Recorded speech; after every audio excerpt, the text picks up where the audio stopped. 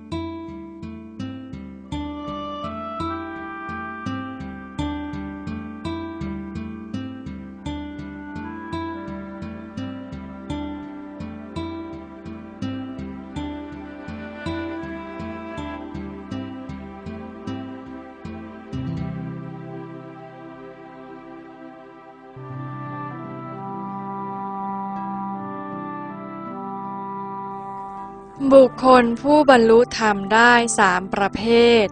บรรลุธรรมไม่ได้หนึ่งประเภทบุคคลประเภทที่หนึ่งเรียกว่าอุคติตัญญูได้แก่บุคคลผู้ฉลาดมีปัญญามากได้ฟังเพียงคาถาเดียวก็สามารถบรรลุธรรมได้เช่นพระพาหิยะพระพุทธองค์ตรัสว่าทิฏเถทิฏฐมัตตังภวิสสติสิ่งที่เห็นนั้นเป็นเพียงสิ่งที่เห็นเป็นอนัตตามิใช่หญิงชายมิใช่ตัวตนท่านได้ฟังธรรมเพียงเท่านี้ก็บรรลุเป็นพระอรหันต์ในทันทีพระสารีบุตรได้ฟังธรรมจากพระอัสสชิเถระเพียงคาถาเดียวว่าเยธัมมาเหตุปปภวาเตสังเหตุงตถาคโตเป็นต้นก็ได้บรรลุเป็นพระโสดาบันบุคคลประเภทที่สองเรียกว่าวิปจิตัญญูบุคคลประเภทนี้ได้ฟังอนุปุพพพีกถาและพระธรรมต่างๆแล้วต่อมาได้ฟังอริยสัจสี่อีกก็ได้บรรลุเป็นพระโสดาบันพระสกทาคามีและพระอนาคามีเช่นนางวิสาขาและอนาถบิณฑิกะเศรษฐีเป็นต้นท่านทั้งสองนี้เป็นพุทธอุปถากจะเกิดในสมัยพุทธองค์เท่านั้นแต่พระอัฏฐกถาจารย์กล่าวว่าหากมีพระอรหันต์ท่านทั้งสองนี้ก็เกิดอยู่บุคคลประเภทที่สามเรียกว่าเนยยะได้แก่บุคคลผู้ศึกษาพระธรรมต่างๆโดยเฉพาะอริยสัจสี่จนเข้าใจแจ่มแจ้งชัดเจนแล้วลงมือปฏิบัติอย่างเข้มข้นด้วยระยะเวลา3 วัน 7 วัน3 เดือน 7 เดือนหรือจนถึง40 ปีเช่นพระมหาสีวะเถระแล้วก็สามารถเข้าถึงมรรคผลนิพพานได้บุคคลผู้สามารถบรรลุธรรมได้มี3 ประเภทดังกล่าวมานี้บุคคลประเภทที่4เรียกว่าปทะปรมะ บุคคลประเภทนี้แม้ศึกษาก็ไม่เข้าใจจำทำอะไรไม่ได้เป็นคนสุขติอเหตุคือพิกลพิการไม่สมประกอบบุคคลประเภทนี้ไม่สามารถเข้าถึงมรรคผลได้แต่การปฏิบัติวิปัสสนาของเขาจะเป็นอุปนิสัยแห่งการบรรลุธรรมในชาติต่อไป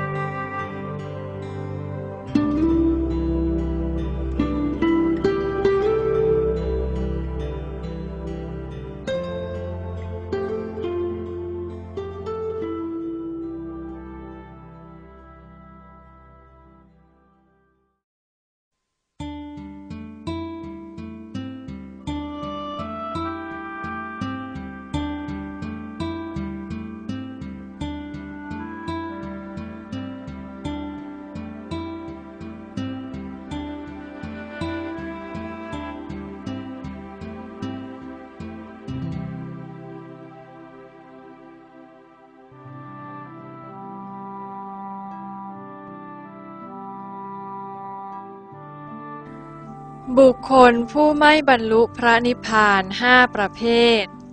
1. กัมมะรัมมตาบุคคลผู้ติดอยู่กับการงานที่ไม่เกี่ยวกับมรรคผล 2. ภาสะรัมมตาบุคคลผู้ชื่นชอบอยู่กับการพูดคุย 3. มิตตรัมมตาบุคคลผู้คลุกคลีด้วยหมู่เพื่อนฝูง 4. มิทธารัมมตาบุคคลผู้มักมากในการนอน 5. สังขารวิมุตตังณปัจเจเวคติ บุคคลผู้ไม่พิจารณาค้นหาความหลุดพ้นจากเหตุทุกข์บุคคล5ประเภทนี้ไม่สามารถเข้าสู่มรรคผลได้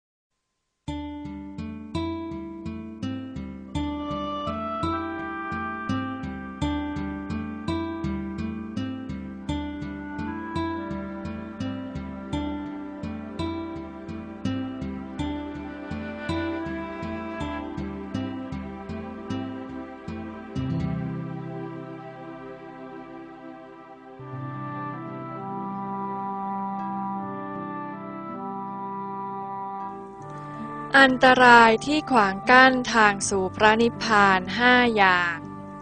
1. กัมมันตรายโยบุคคลผู้ทำอนันตริยกรรมคือฆ่าบิดาฆ่ามารดาฆ่าพระอรหันต์ทำร้ายพระพุทธเจ้าให้พระโลหิตห่อยุยงสงฆ์ให้แตกสามัคคี 2. วิปากันตรายโยบุคคลผู้ต้องเสวยวิบากกรรมคือพิกลพิการแต่กำเนิด 3. อนาติกมันตรายโยการล่วงละเมิดกล่าวคือพระสงฆ์ผู้ละเมิดทำผิดอาบัติปาราชิกและสังฆาทิเศษ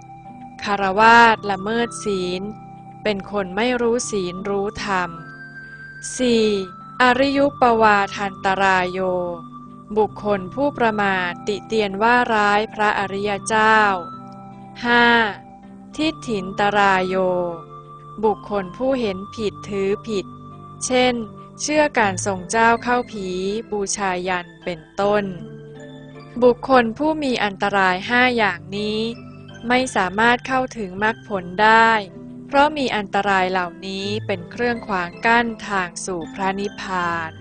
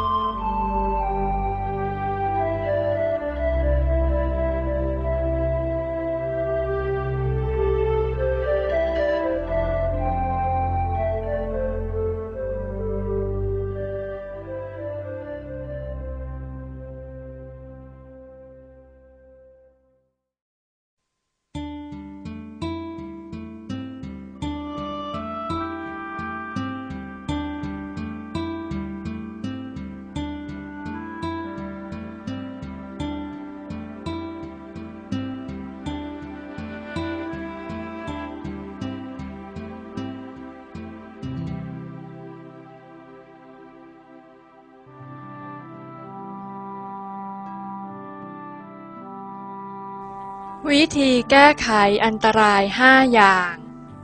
บุคคลผู้มีอันตรายในข้อที่1ต้องไปอบายถ่ายเดียว ข้อที่2แม้เขาปฏิบัติวิปัสสนาอยู่ก็ไม่สามารถบรรลุธรรมได้แต่จะเป็นการสร้างอุปนิสัยที่ดีส่งผลต่อไปในชาติหน้า ข้อที่3พระภิกษุที่ต้องอาบัติปาราชิกจะต้องสึกจากความเป็นพระแล้วตั้งอยู่ในภาวะสามเณรหรืออุบาสกการปฏิบัติธรรมของเขาจึงจะสามารถก้าวหน้าต่อไปได้หรือพระภิกษุที่ต้องอาบัติสังฆาทิเศษก็ต้องอยู่ปริวาสกรรมเสียก่อนการปฏิบัติธรรมจึงก้าวหน้าได้ ข้อที่4ผู้ประมาทว่าร้ายพระอริยเจ้า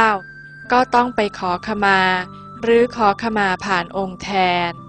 ข้อที่5ต้องละทิ้งทิฏฐิความเห็นผิดดั้งเดิมของตนเสียก่อน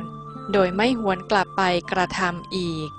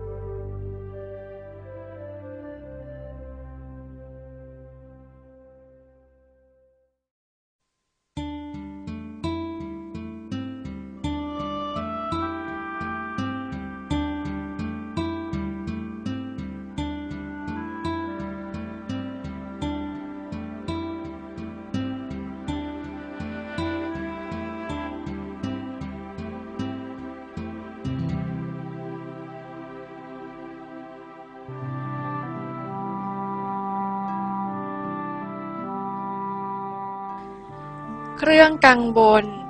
หรือปริโภทที่เป็นเหตุให้ไม่บรรลุมรรคผลความวิตกกังวลอันเป็นอุปสรรคที่ปิดกั้นมิให้บรรลุมรรคผลนิพพานเรียกว่าปริโภทมี10ประการคือ 1. อาวาโสความห่วงเกี่ยวกับที่อยู่อาศัยบ้านเรือน 2. กุลังมีกิจต้องทำเกี่ยวกับชาติตระกูล 3. ลาโภความติดในลาภสักการะ 4. คะโนความติดหมู่คณะโดยฐานะเป็นบริวารหรือเป็นหัวหน้า 5. กัมมังความห่วงกังวลในกิจกรรมหรือการงาน 6. อัฏฐานังความที่ต้องเดินทางบ่อย 7. ญาติความที่ต้องเกี่ยวข้องด้วยญาติพี่น้อง 8. อาพาธาโรคภัยไข้เจ็บหรือความเจ็บป่วย 9. คันโถความที่ต้องศึกษาเล่าเรียนหรือต้องอบรมสั่งสอนผู้อื่น 10. อิทธิความที่ต้องดูแลรักษาฤทธิ์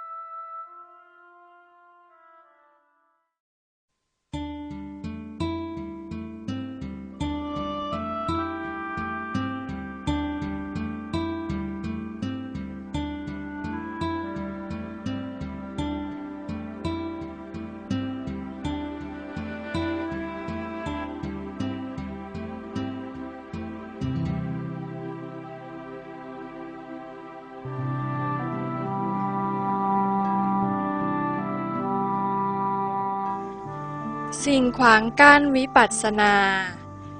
กามรติวิปัสสนานะพิรติภูปิปาสาอสัปปายาหาโรพิรุมาโนทีนังมิทังวิจิกิจฉากุกุจจังอุปัชชติ สิ่งขวางกั้นวิปัสสนา10 ประการได้แก่ 1. ความยินดีในกามคุณ 5 2. ความไม่อภิรมย์ในการเจริญวิปัสสนา 3. ผีหลอกหลอนหรือเทวดารบกวน 4. อาหารไม่สัปปายะ 5. กลัวลำบากไม่อาจหารทำความเพียร 6. มีมานะเย่อหยิ่ง 7. เกียจคร้าน 8. มักมากในการนอน 9. ลังเลสงสัยเรื่องมรรคผล และ 10. ความหงุดหงิดรำคาญ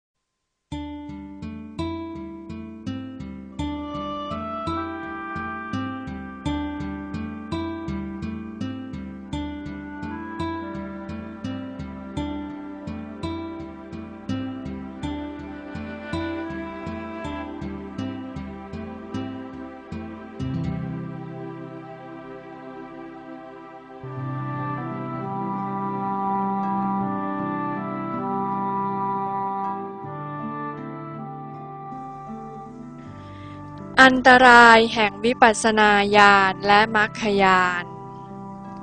1. โอภาส หากสมาธิเกิดก่อนญาณจะมีนิมิตเป็นแสงสว่างเกิดขึ้น เช่น มีแสงเป็นดวง แสงไฟฟ้า แสงอาทิตย์เป็นต้น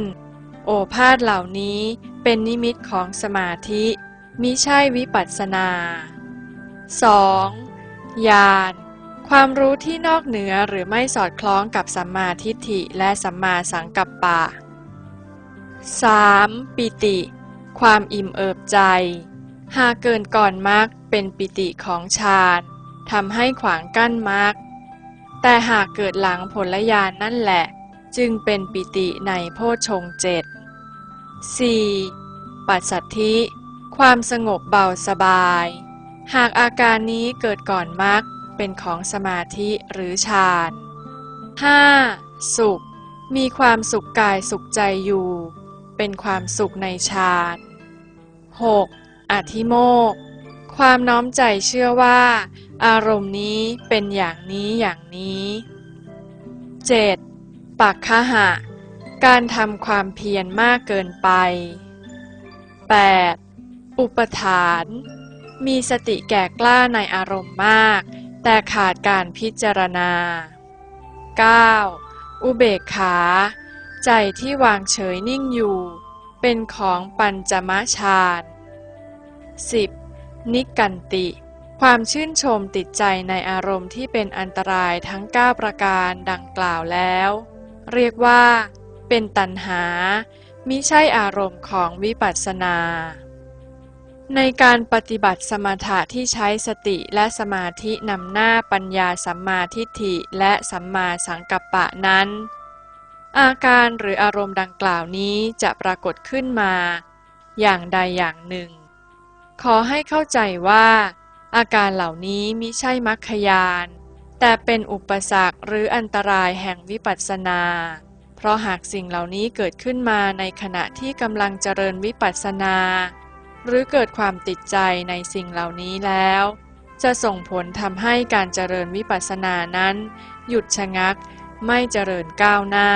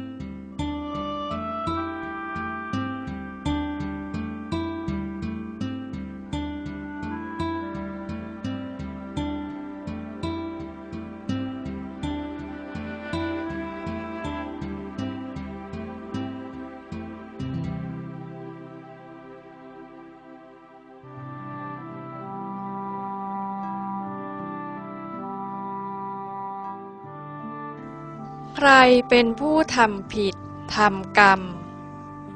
อัตตนาทุกขหิเตนะอัมเหเจวะอัพพาจิคติ อัตตานันจะคณติพหุนจะอปุญญังปัสสาวติ อัตตนา ผู้มีอัตตา ทุกขหิเตนะถือเอาสิ่งที่ไม่ดีไม่งามว่าเป็นสิ่งดีงามอัพพาจิคติ ย่อมติเตียนกล่าวตูอัมเหเจวะตถาคตเสมอคณติอัตตานันจะจงขุดรากอัตตาออกเสียให้ได้พหุนจะอปุญญังความไม่ดีไม่งามทั้งหลายปัสสาวติ เจริญงอกงามมามากต่อมากแล้ว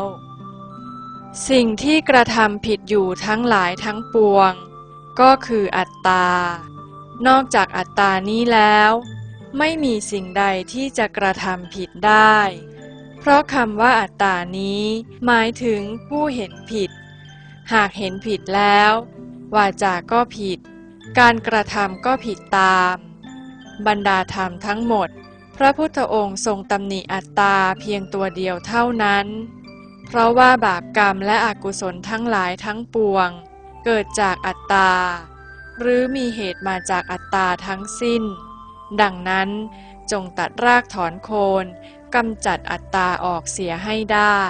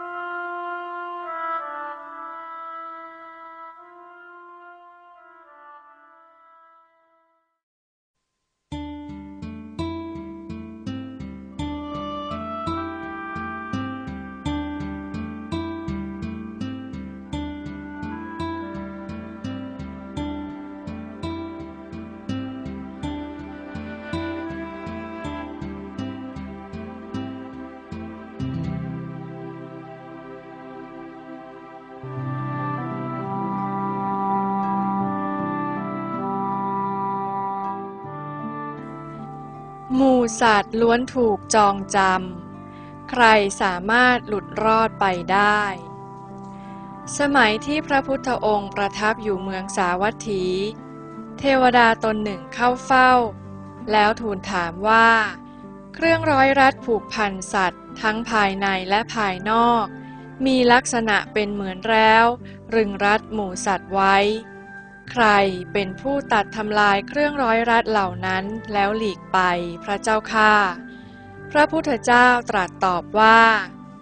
สีเลนะปฏิทายะนโรสปัญโย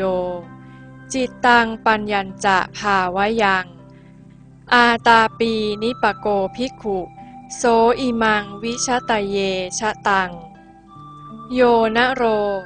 นรชนทั้งเทวดาและมนุษย์สปัญโย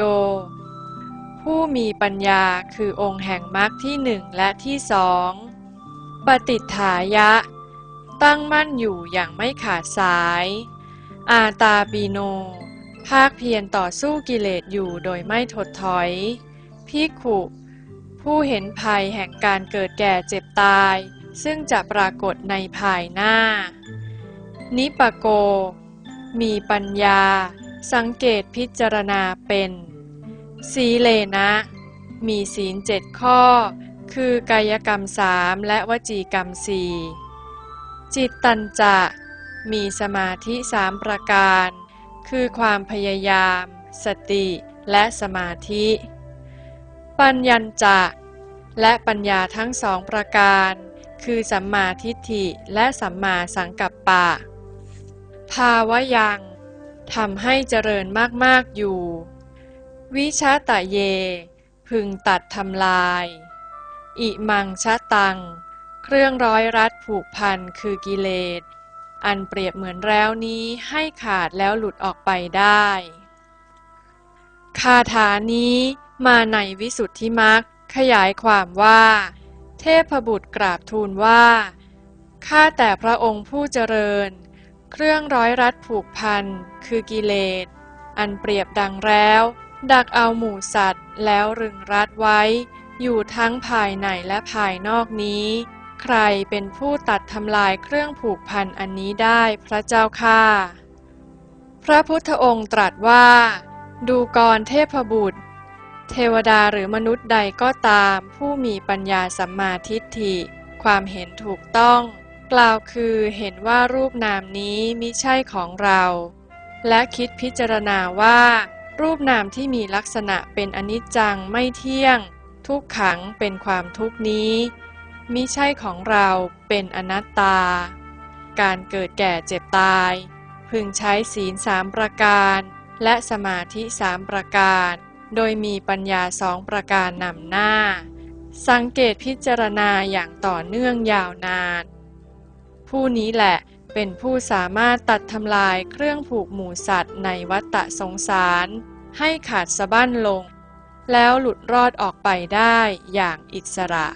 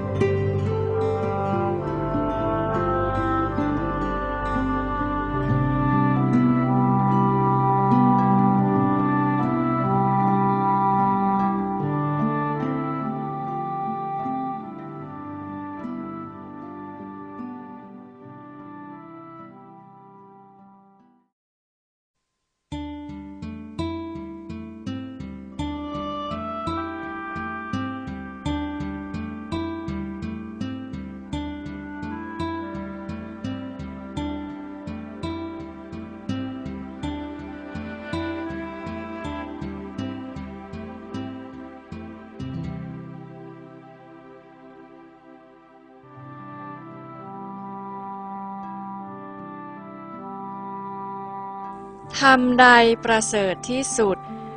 มัคคานัตถังคิโกมัคโคเศรษโธปาทานังจตุโรปทาธัมมานังวิราโคเศรษโธทวิปทานันจะจักคูมามัคคานังบรรดาหนทางทั้งหลายอัตถังคิโกมัคโคหนทางประกอบด้วยองค์8เศรษโธประเสริฐที่สุดปาทานังบรรดาบทแห่งธรรมทั้งหลายจตุโรปทาอริยสัจ4เศรษฐาประเสริฐที่สุดธัมมานังบรรดาธรรมทั้ง 84,000 พระธรรมขันธ์วิราโคพระนิพพานที่ปราศจากราคะเศรษโธประเสริฐที่สุดทวิปทานัง บรรดาสัตว์สองเท้าทั้งหลายจักขุมาบุคคลผู้มีปัญญาสัมมาทิฏฐิและสัมมาสังกัปปะเศรษโธ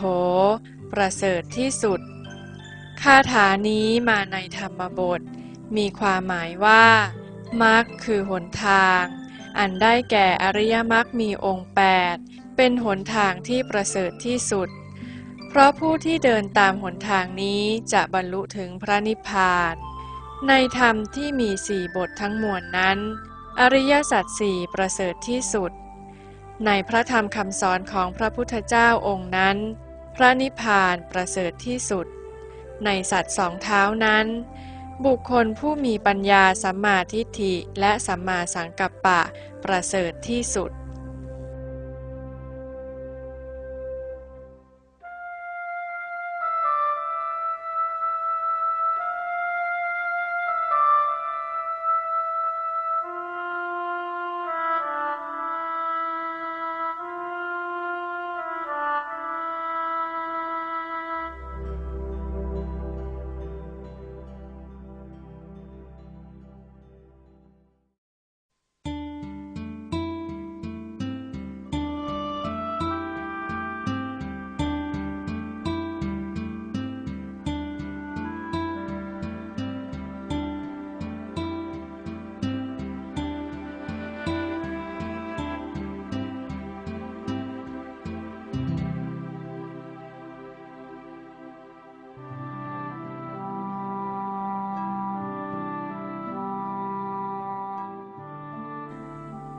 วิราคะธรรม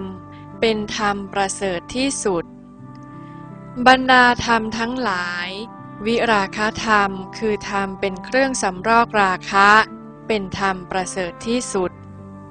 พระธรรมทั้งหมดมี 84,000 พระธรรมขันธ์แยกออกเป็นพระวินัย 21,000 พระสูตร 21,000 และพระอภิธรรม 42,000ว่าโดยสังเขปพระวินัยมี5 คัมภีร์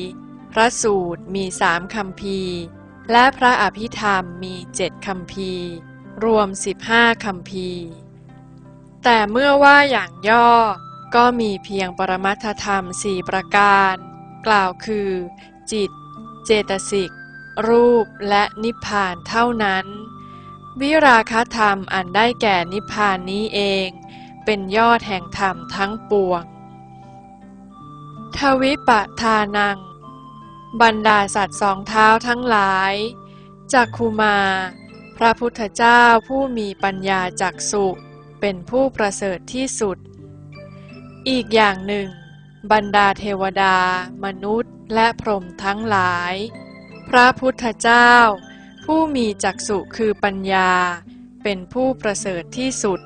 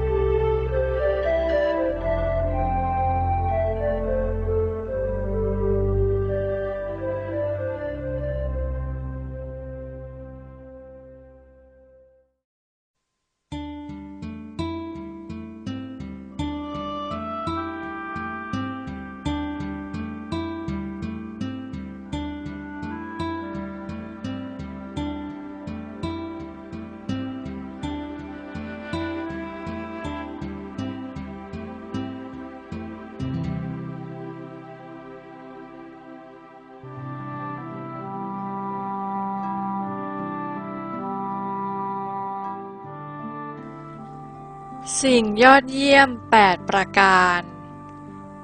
มนุษย์ในโลกนี้มีความเห็นที่แตกต่างกันในเรื่องของความยอดเยี่ยมแต่ละคนก็กล่าวโดยอาศัยความชอบพอของตนเองเป็นพื้นฐานจึงไม่มีความเป็นมาตรฐานสากลได้พระพุทธองค์ตรัสถึงสิ่งยอดเยี่ยมไว้8 ประการ 1. สัพพรตีนังธรรมรติวะปรมังในบรรดาความยินดีทั้งปวงความยินดีในวิปัสสนาเท่านั้น เป็นความยินดีที่ยอดเยี่ยมที่สุด 2. สัพพทานังธรรมทานังวะปะระมังในบรรดาการให้ทั้งปวงการถวายธรรมกล่าวคือขันธ์แด่พระรัตนตรัยเท่านั้นเป็นการให้ที่ยอดเยี่ยมที่สุด 3. สัพพรสานังธรรมรสังวะปะระมังในบรรดารสทั้งปวงรสแห่งวิปัสสนาญาณมรรคญาณผลญาณเท่านั้นเป็นรสที่ยอดเยี่ยมที่สุด 4. สัพพคันธานังธรรมคันธังวะปะระมังในบรรดากลิ่นทั้งปวง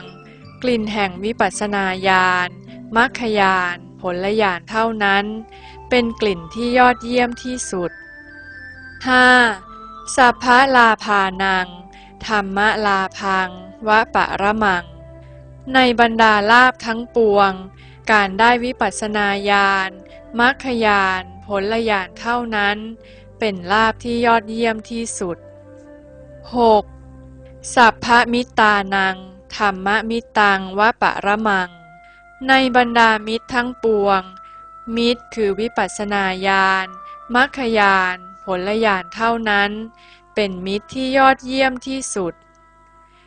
7. สัพพทุกขานังขันธทุกขังวะปะระมังในบรรดาทุกข์ทั้งปวงทุกข์คือการบริหารขันธ์เป็นความทุกข์ที่หนักหน่วงที่สุด 8. สัพพสุขานังนิพพานสุขังวะปะระมัง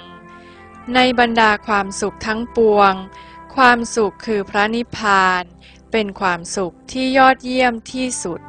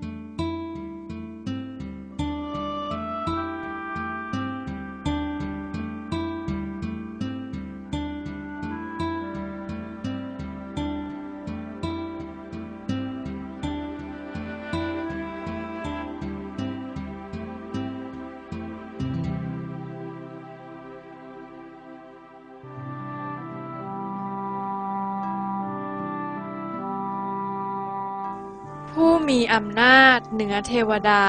มนุษย์และพรหมครั้งหนึ่งเมื่อพระพุทธองค์ทรงประทับอยู่ณเมืองสาวัตถีเทพบุตรตนหนึ่งได้ทูลถามพระพุทธองค์ว่าเกนัสสุนิยติโลโกเกนัสสุปริกิตสติกิจสสุเอกธรรมัสสะสัพเพวะวัสมันวคูติพันเตข้าแต่พระองค์ผู้เจริญนิยติโลโก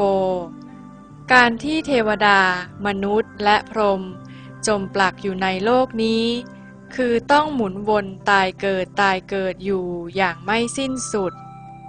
เกนัสสุเป็นเพราะธรรมใดทำให้เป็นปริกิตสติการที่เทวดามนุษย์และพรหมติดตรึงอยู่ในโลกนี้เกนัสสุเป็นเพราะธรรมใดทำให้เป็นกิจสสุเอกธรรมัสสะธรรมประการหนึ่งอะไรหนอสัพเพวะที่เทวดามนุษย์และพรหมทั้งมวลวสมันวคูตกอยู่ในอำนาจและติดตามไปดังเงาเทพบุตรทูลถามว่าข้าแต่พระองค์ผู้เจริญการที่เทวดามนุษย์และพรหมจมปลักอยู่มั่นคงและไม่สามารถออกไปจากโลกกล่าวคือการเกิดแก่เจ็บตายนี้ได้เป็นเพราะธรรมข้อใดที่ทำให้เขาติดอยู่อย่างนี้พระเจ้าข้าสิ่งรึงรัดผูกพันหมู่สัตว์ ทั้งเทวดามนุษย์และพรหมให้จมอยู่จนไม่สามารถหลีกออกไปจากการเกิดแก่เจ็บตายนี้ได้เป็นเพราะธรรมข้อใดพระเจ้าข้าสิ่งที่ติดสอยห้อยตามหมู่สัตว์ไปอย่างไม่เหินห่างเหมือนดังเงาคือธรรมข้อใดพระเจ้าข้าพระพุทธองค์ตรัสตอบว่าตัณหายะนิยติโลโกตัณหายะปริกิตสติตัณหายะเอกธรรมัสสะสัพเพวะวะสมันวะคูตินิยติโลโกการที่เทวดามนุษย์และพรหมจมปลักอยู่ในโลกนี้คือต้องหมุนวนตายเกิดอยู่อย่างไม่สิ้นสุดนี้ตัณหายะเป็นเพราะตัณหาทำให้เป็นปริกิตสติการที่เทวดามนุษย์และพรหมติดตรึงอยู่ในโลกนี้ตัณหายะเป็นเพราะตัณหาทำให้เป็นตัณหายะเอกธรรมัสสะเพราะตัณหาประการเดียวสัพเพวะที่เทวดามนุษย์และพรหมทั้งมวลวะสมันวะคูตกอยู่ในอำนาจและติดตามไปดังเงาดูกรเทพบุตรการที่เทวดามนุษย์และพรหมจมปลักอยู่มั่นคงและไม่สามารถออกไปจากโลกกล่าวคือการเกิดแก่เจ็บตายนี้ได้เป็นเพราะตัณหาความอยากเป็นผู้นำไปซึ่งมี3ประการด้วยกันคือ 1. กามตัณหาความอยากที่ทำให้จมปลักอยู่ในภาวะตายเกิดคือกามาวจร11ภูมิ 2. รูปตัณหาความอยากที่ทำให้จมปลักอยู่ในรูปภพ11ภูมิ 3. อรูปตัณหาความอยากที่ทำให้จมปลักอยู่ในอรูปภพ4ภูมิเพราะคำว่าตัณหานั้นหมายถึง 1. โลภะความอยาก 2. มานะความยึดถือว่าเรามีหรือตนมี 3. ทิฏฐิความเห็นผิดว่ามีเราหรือมีตนตัณหานี้แหละเป็นเครื่องร้อยรัดผูกมัดหมู่สัตว์ไว้ในโลกแห่งการเกิดแก่เจ็บตายตัณหานี้แหละเป็นเครื่องร้อยรัดผูกมัดหมู่สัตว์ไว้ในโลกแห่งการเกิดแก่เจ็บตายมิยอมให้หลุดรอดออกไปจากโลกตัณหานี้เองเป็นผู้ติดสอยห้อยตามหมู่สัตว์เหมือนดังเงา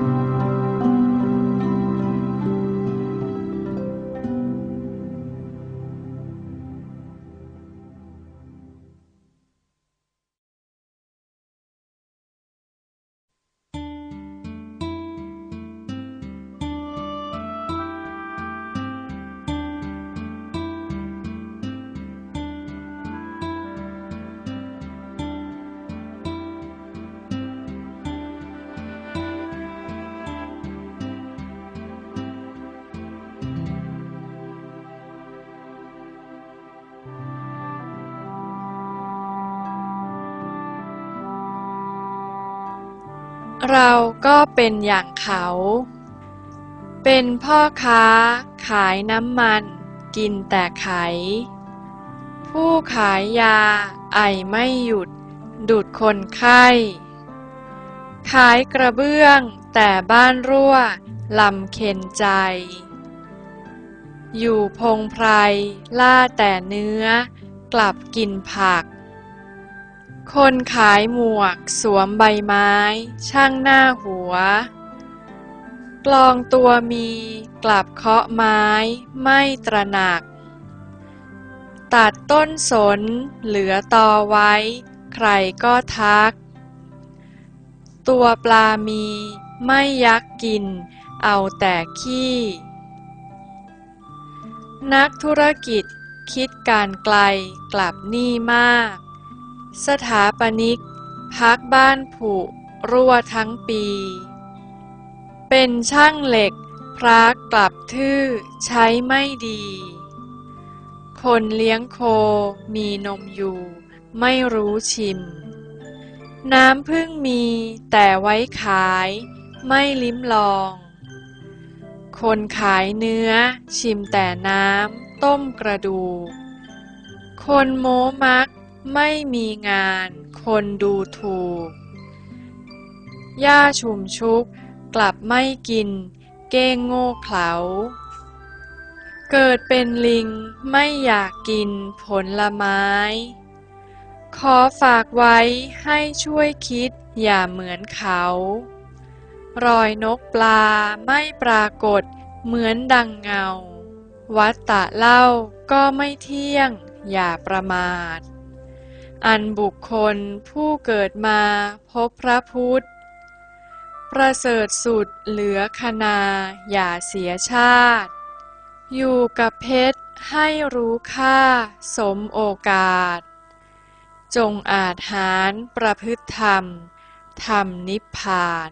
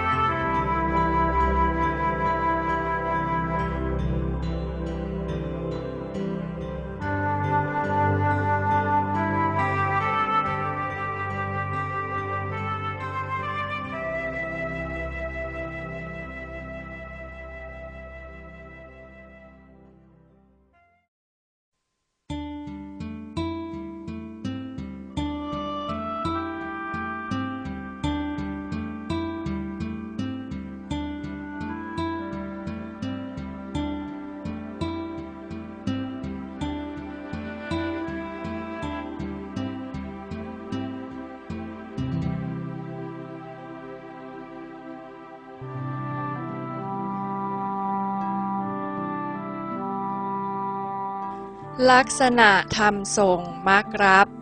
โอปนยิโก คือธรรมที่เป็นปรมัตถ์หรือนาม ซึ่งประกอบรวมอยู่กับขันธ์คือธาตุดินธาตุน้ำธาตุไฟธาตุลม สิ่งดังกล่าวนี้เรียกว่ารูปธาตุ ส่วนนามธาตุคือใจที่รู้อาการที่แสดงออกของรูปธาตุดังกล่าวนี้เรียกว่ามโนวิญญาณธาตุ ส่วนเจตสิกที่รับอาการที่ปรากฏของรูปและใจทั้งสองนี้เรียกว่าเวทนา รูปมโนวิญญาณธาตุและเจตสิกทั้งสามประการนี้เรียกว่ารูปนามเป็นตัวทุกข์คำว่ารูปแปลว่าเปลี่ยนแปลงเคลื่อนไหวไม่หยุดนิ่งคำว่านามก็คือสิ่งที่รู้รูปนั่นเองคำว่าโอปนยิโกนี้ทำหน้าที่รับเอาธรรมอย่างใดอย่างหนึ่งดังกล่าวมาแล้วนี้ยื่นส่งให้มรรคเมื่อมรรครับแล้วก็ตัดอัตตาขาดเกิดเป็นผลขึ้นมาวิถีแห่งชวนะตรงนี้นานสุดไม่เกินการดีดนิ้ว3 ครั้งกล่าวให้ชัดก็คือโอปนยิโกอนุโลมญาณหรือสัจจานุโลมญาณนี้รับธรรมแล้วส่งให้มรรคนั่นเองการแสดงอาการของธาตุทั้งสี่ในขณะที่เกิดโอปนยิกธรรมนั้นมีดังนี้หากแสดงในอาการธาตุไฟจะเกิดอาการร้อนระอุอย่างรุนแรงและรวดเร็วเหมือนไฟฟ้าช็อตหรือเหมือนถูกไฟเผารนอย่างร้อนแรงเป็นต้นหากแสดงออกในอาการเย็น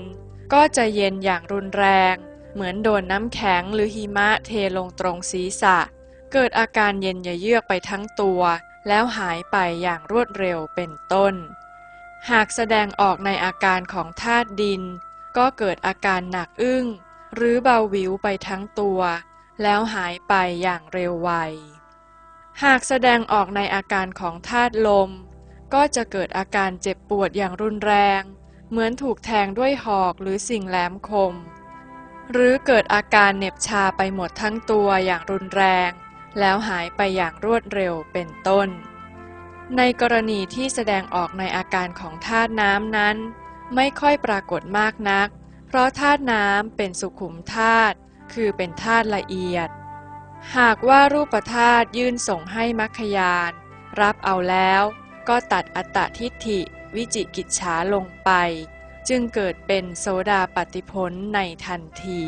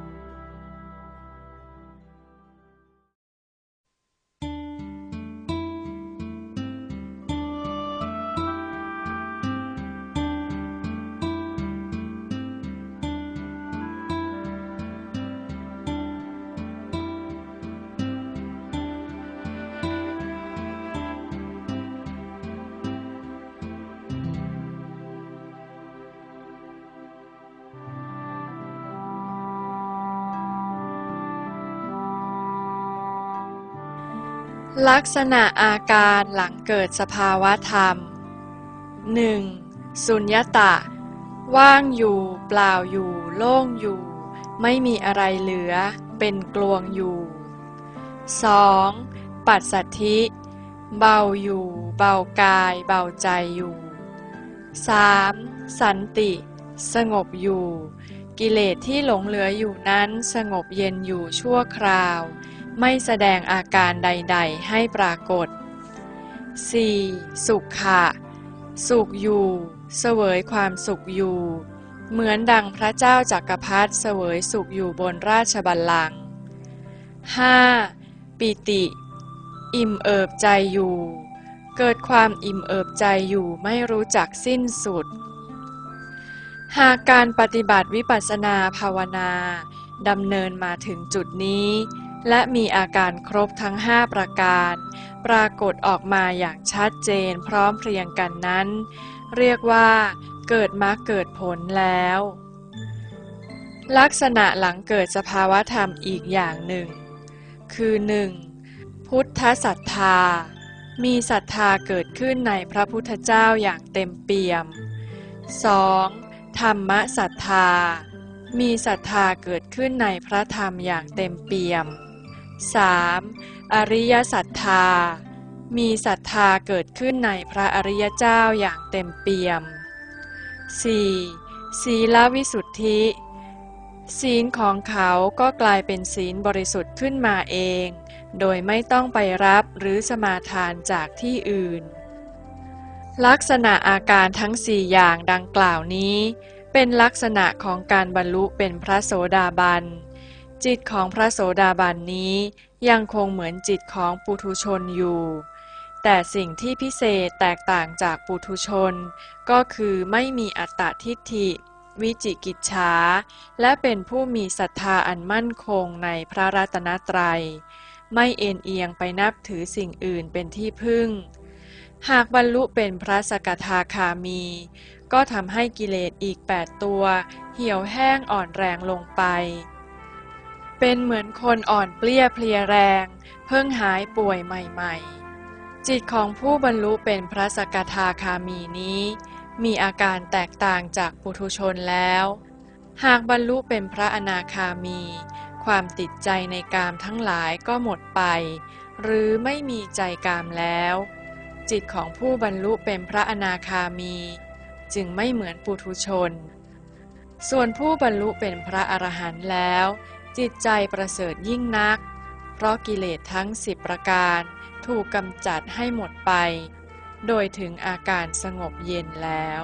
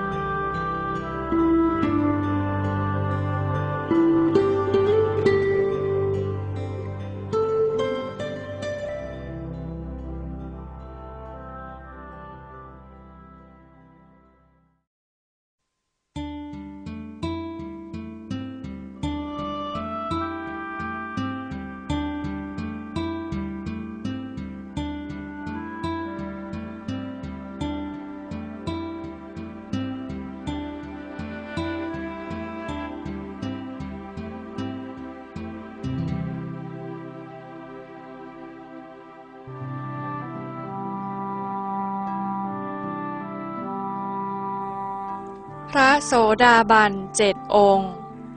คำว่าโสดาบันแปลว่าไม่กลับคืนข้างหลังดังสายน้ำไม่ไหลย้อนกลับธรรมดาว่าน้ำมีแต่มุ่งไปข้างหน้าไม่ไหลกลับหลังข้างหลังของเทวดามนุษย์และพรหมคืออบายภูมิ4หมายความว่า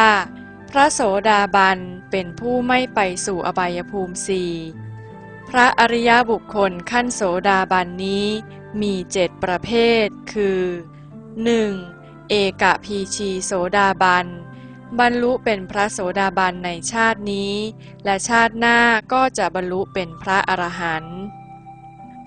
2. โกลังโกละโสดาบันบรรลุเป็นพระโสดาบันในชาตินี้แล้วไปเกิดเป็นเทวดาหรือพรหมอย่างใดอย่างหนึ่งอีก3 ชาติก็บรรลุเป็นพระอรหันต์ 3. สัตตขัตตุปรมะโสดาบันบรรลุเป็นพระโสดาบันในชาตินี้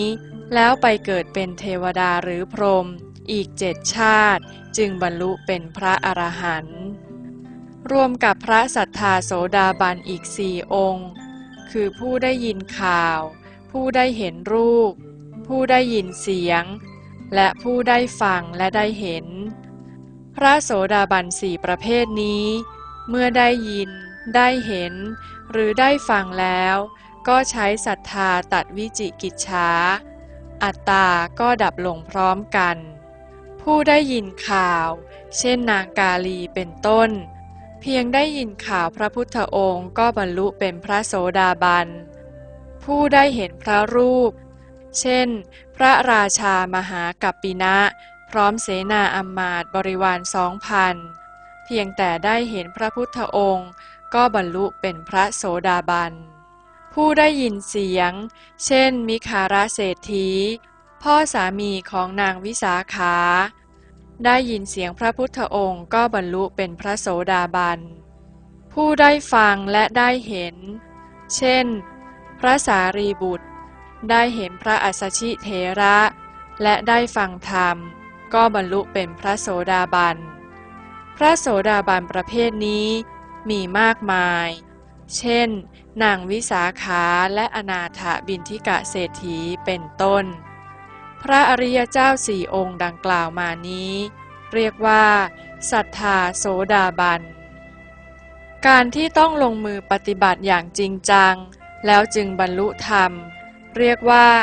ทัศนโสดาบันหรือวิปัสสนาโสดาบันโดยใช้สัมมาทิฏฐิความเห็นอันถูกต้องคือเห็นจิตที่ทุกข์อยู่และเห็นเวทนาที่ทุกข์อยู่แล้วใช้สัมมาสังกัปปะพิจารณาวางอัตตาคำว่าวางอัตตาคือการคิดพิจารณาว่าเป็นอนัตตามิใช่ของตนคำว่าหาเห็นตัดถึงหมายความว่าหาคือใช้สัมมาสังกัปปะพิจารณาว่าเป็นอนัตตามิใช่ของตนเห็นคือใช้สัมมาทิฏฐิเห็นสภาวะปรมัตถ์อยู่ซึ่งมิใช่สัตว์บุคคลมิใช่เทวดาหรือมนุษย์เป็นเพียงรูปธาตุนามธาตุตัด